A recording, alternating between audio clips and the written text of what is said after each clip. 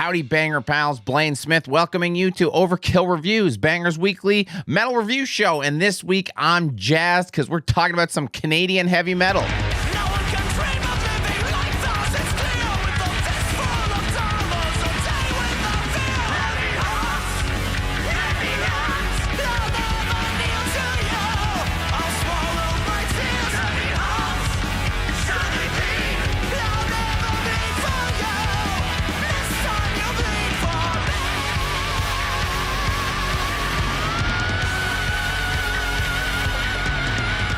Heck yeah, I get to do a formal review for Traveler. I'm really pumped. Their new record, Prequel to Madness, came out February 23rd on No Remorse Records. If you don't know, Traveler is one of my favorite Canadian metal bands. They've been doing their brand of heavy metal since back in 2018. This will be their third full length and their first with any real member shakeup in their career. They've got a new bass player and a new drummer on this record, although the originals are still credited on the record as well, because I guess the change-up happened like halfway through writing or something. I don't know. Regardless, I've been a Traveler fan since their first record. I actually featured their first record in my second ever Metal Monthly all the way back in 2019. Let's see what I had to say. Super fun. The thing I would say about this, drive-in music. I can always tell when one of these records is good because if I'm going to a gig that's 3 hours out of town and I put a record on and I'm just blank out for 40 minutes just enjoying a drive, that's some good heavy metal, and that's what happened here. So I hope you guys... Probably you can just cut it. Holy hell, I've gotten a lot bigger, eh? I've also gotten better at doing this. To have Traveler step their game up as much in the time between then and now, let's find out. Oh. Traveler's key sell has always been the crazy high level of energy they play with and their ability to effectively translate that to a recording. When other bands try to do it, sometimes it can come off forced or just not land, but that's never been Traveler's problem. They also apparently play like that live. Not that I'd know, because despite it being a Canadian band, they've never played Toronto, and I'm absolutely salty about it. Regardless, if high energy is Traveler's thing, then this record is really giving...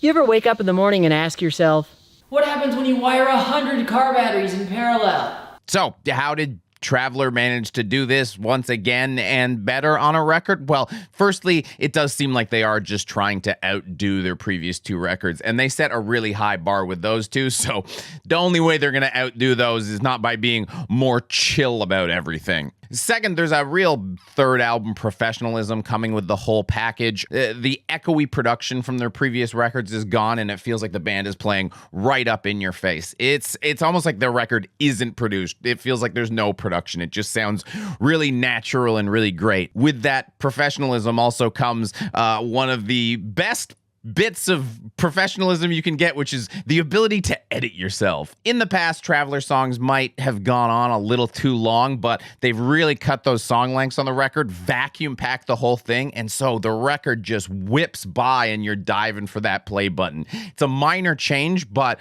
with the other two things, it acts like a video game multiplier bonus and pays massive dividends.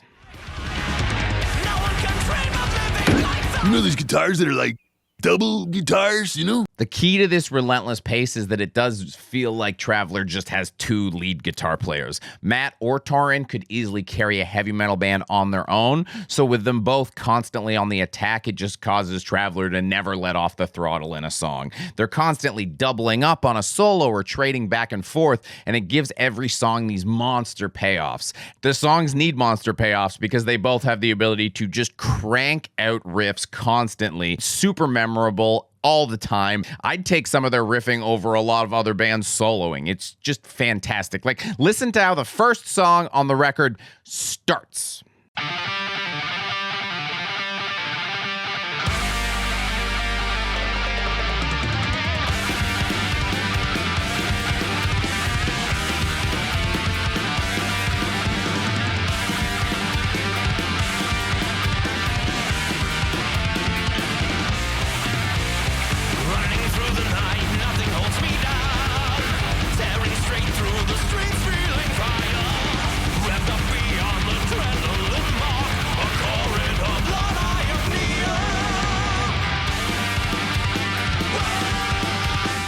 While the record is just mostly fast all the time, I do need to give them some bonus points for tossing in some mid-tempo there and it being well crafted. I know me saying bonus points and mid-tempo together feels very strange. I hate it when bands like this don't go fast, but that ability to communicate intensity that they have isn't based on speed. They can do it regardless of what speed they're playing at. When they do slow things down, it then also gives this bonus of making the tracks around it sound even better and faster. You know, a little variety goes a long way, and it's just another one of those elements that contributes to the maturing band vibe that the whole record is giving off. And hey, if you do really hate mid-tempo that much, the next song after the mid-tempo track opens with a solo. So there you go.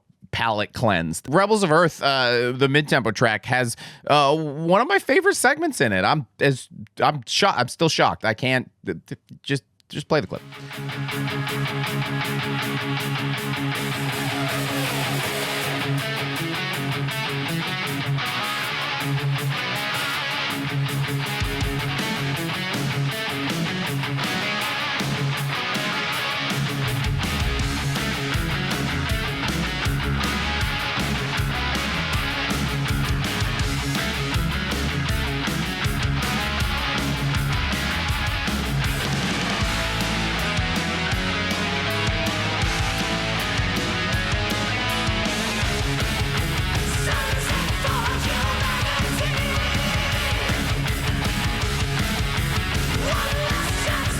I think the only attempt to push themselves that maybe falls a little flat is surprisingly in Jean-Pierre's vocals. Now, don't get me wrong. He is a phenomenal vocalist and has a real signature voice. Their first record opening with Starbreaker is still one of the most memorable things I've heard in my time doing Metal Monthly. I listen to it all the time, and a big part of the reason is his Starbreakers.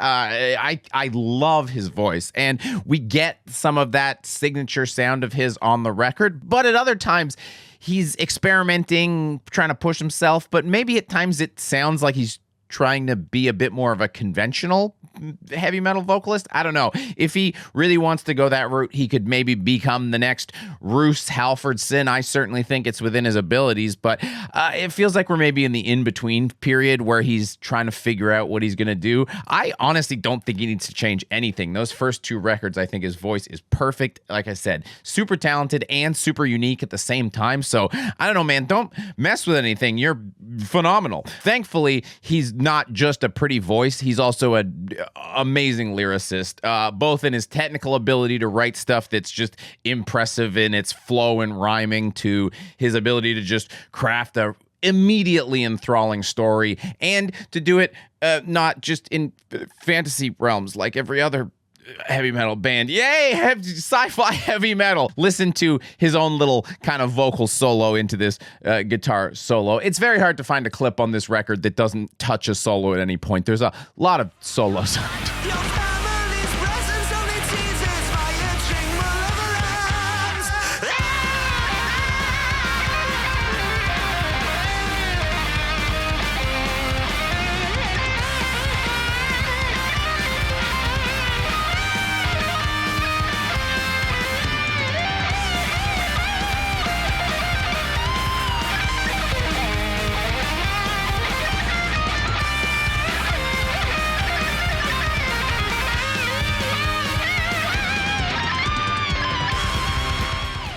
Speaking of solos, watch me do this sick solo while I tell you, hey, we have a Patreon campaign. Did you know we have a Patreon campaign? And then instead of me having to advertise a razor to you, we can just talk about metal. Instead of me advertising a razor to you, we can just talk about Razor, man. Oh, shit. Yeah, give us a couple bucks. We appreciate it. And if you like me personally, my twitch.tv/metal comedy. I stream every weekend. Sundays, I research Metal Monthly live on stream, so you get to find your new favorite metal band and your new least favorite metal band. So come hang out.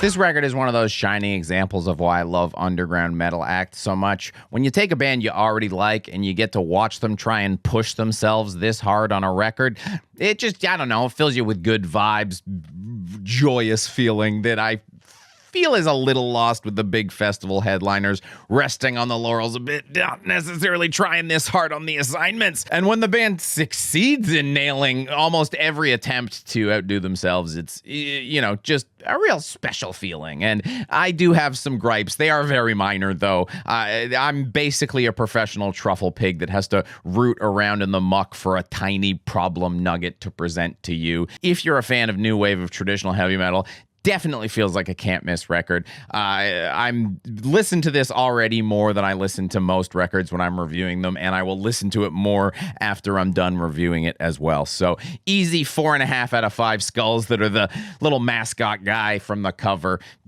Great record. So happy. Thumbs up. But of course, I have some shoutouts before I go. There's too many metal records to talk about every week. There's so many, and we don't get to give the proper time to every single one. So just please pick up 3 more records for me. Double Dose of Dying Victims Productions, Coltre, To Watch with Hands, To Touch with Eyes, and Toxikull, Under the Southern Light. More great heavy metal if you're in the mood for more heavy metal. And if you've maxed out on heavy metal and just want something slower, too much speed, you need to reset that heart rate. We got some great stoner doom actually this week. Craneium, Point of No Return on the Sign Records. So there's 3 more albums for you to check out. What did you think of the new Traveler record, and any other suggestions that are just came out that I should be checking out? Let me know in the comments below. Thanks for hanging out. You know, like, comment, subscribe, all that normal YouTube nonsense. See you on the next one.